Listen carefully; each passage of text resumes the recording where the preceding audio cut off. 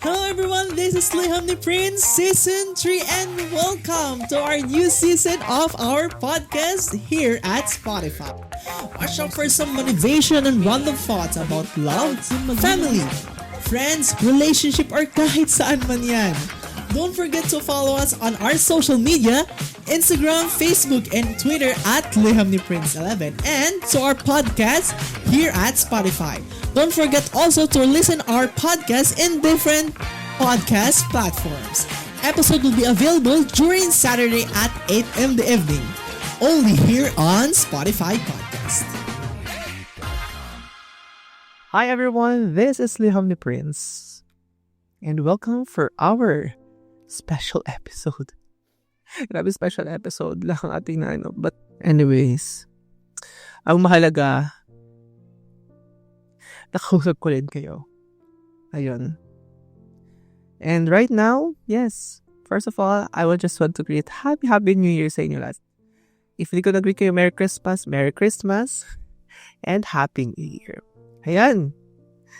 Tapos din natin tong taong na to. Grabe. Kaya rin ba, masasabi niyo talagang, anong madi-describe niyo ba sa taong ito? One word. Sa akin, grabe. Grabe. And I know din sa inyo, grabe din. Kung sa inyo din, grabe. But ang mahalaga, we survive again. Diba? We survive again. And ngayon, naghihintay na lang tayong matapos ang taong ito. This is the last day of this year. At naghihintay na tayo sa another year. And I know na lahat tayo naghihintay. And so glad, happy, even though tinatakpan natin lang ang sarili natin maging masaya, but ganun talaga ang buhay. Ayun. But behind those happiness, behind those, victorious feeling, syempre, di mawala doon ang lungkot, grief. It's part of our life.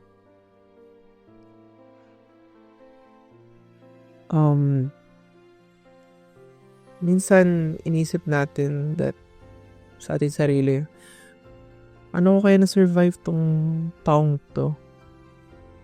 Paano ko kaya napalagpasan? Parang we are so amazed. Shucks, nalagpasan ko to. Di mo napansin, ganun kabilis lang pala ang araw, sa totoo lang. Ang bilis ng oras. December 31 na, tapos mamaya December 31 agad 2026, diba? Ganun lang kabilis ang oras. Pero, dun sa span of days, kung gaano kabahaba, kabilis ang oras, madami yung nangyari sa buhay natin.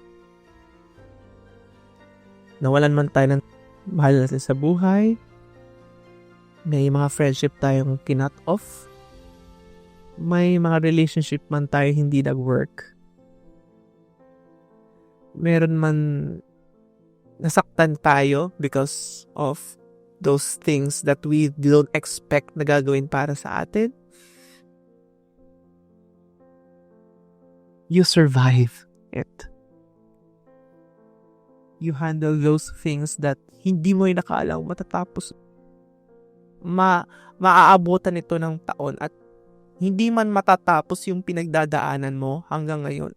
Pero alam ko sa sarili ko, I know that meron tong growth. Kaya this year has been so many growth in our lives. Maraming sasabi, alang taon na tong pinaka-worst year. I agree, yeah. But siguro, wag natin i-point na, sorry, meron ako dito, so, meron akong, siguro, I could say that this year is not a worst year. Or every year, kasi, may pinagdadaan naman din tayo every year.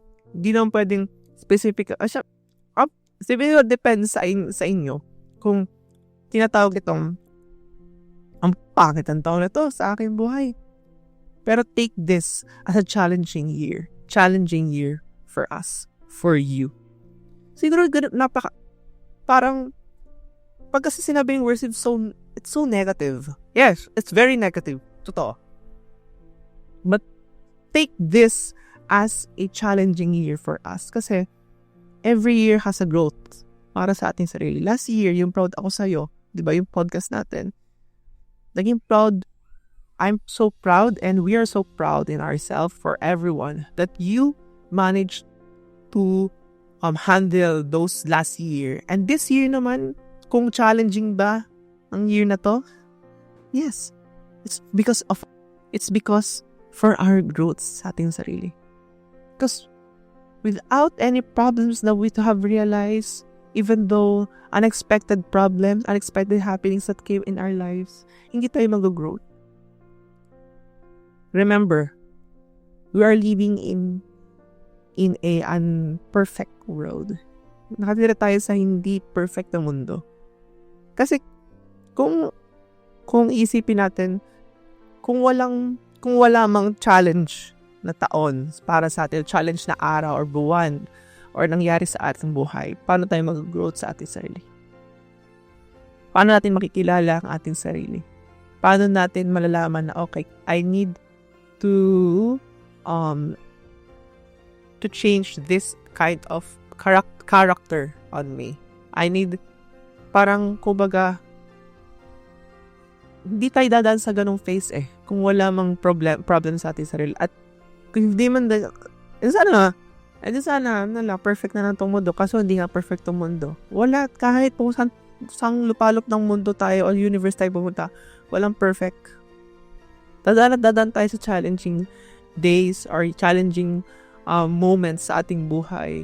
Kaya, take this as challenging year. If next year, challenging year again, every year is a challenging year. Siguro depende lang kung gano'ng super challenging. Siguro specify na natin, super challenging year. Oo.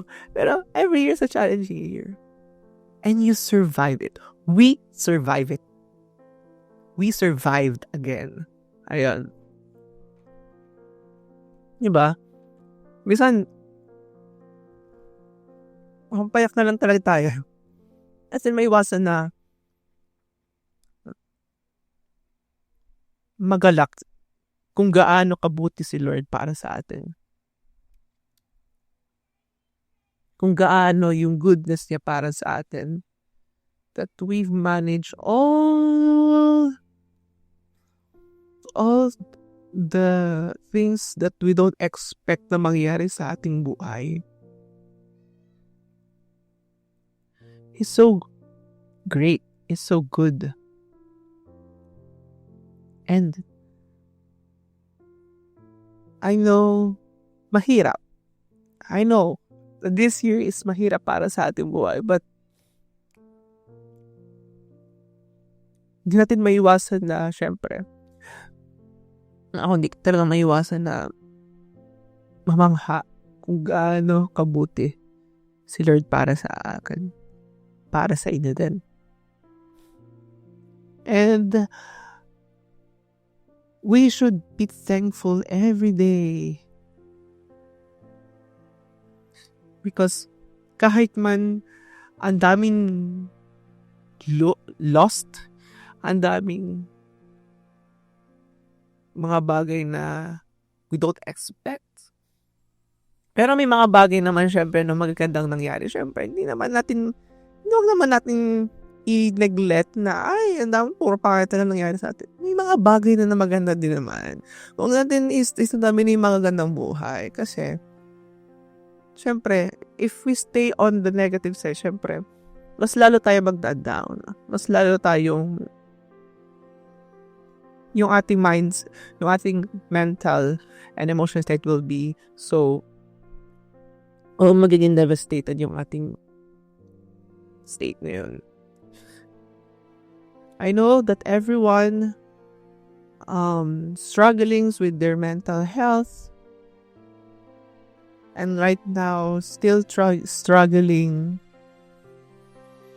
but still kakayanin natin ito. because kaya mo. Mahirap man, ang dadanasin natin pa next year, mga bagay na nakakatakot. Di ba nakakatakot na pakinggan yun? No? Ang daming mga bagay na dadanasin pa. Kung ito pa lang this year, ang dinanas natin. How about next year? How about the succeeding years na naghihintay para sa atin? Yes, nakakatakot. But behind on that, there's a growth of it. Nandun yung pinahuling growth para sa ating sarili. Masakit man nang mangyari yung bagay na yon, yung lalong hindi inaasahan, di ba natin? Hindi natin inaasahan. But yung growth na naghihintay para sa atin, it's the best gift. Best gift, best Christmas gift, best birthday gift, or anything, Valentine's gift, or ano.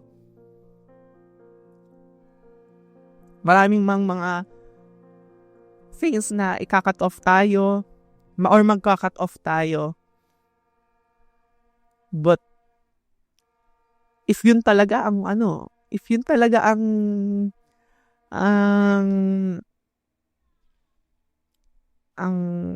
mismong nawawala na sa sarili ko. If ganun talaga ang will, well, wala na tayong magagawa. Yun talaga eh. If yung mga bagay na sa family natin hindi naasahan mangyari, syempre, or may mga bagay na nawalan tayo sa mahal sa buhay, yes, it's so hard. It's so hard para sa atin. And until right now, kung hindi pa rin natin tanggap, it's okay. Balang araw matatanggap din natin yan. And if man, that our relationships didn't last, ganun talaga.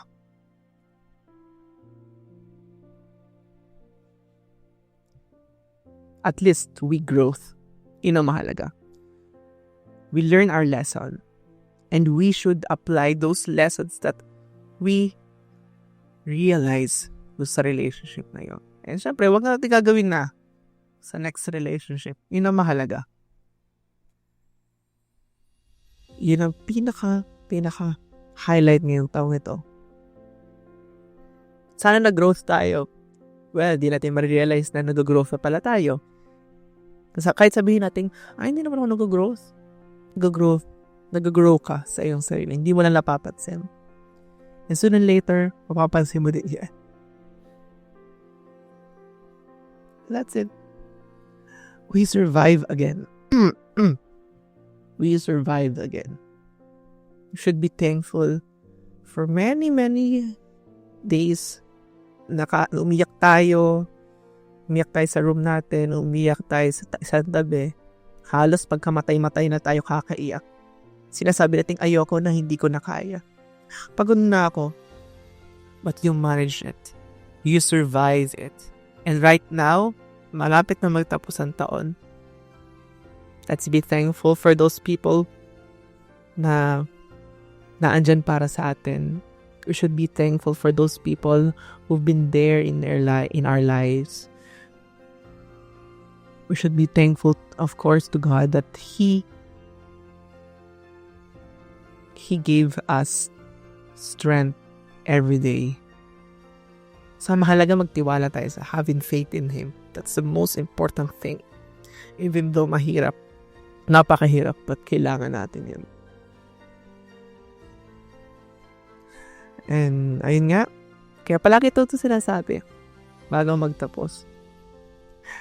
Kakayanin mo because kaya mo.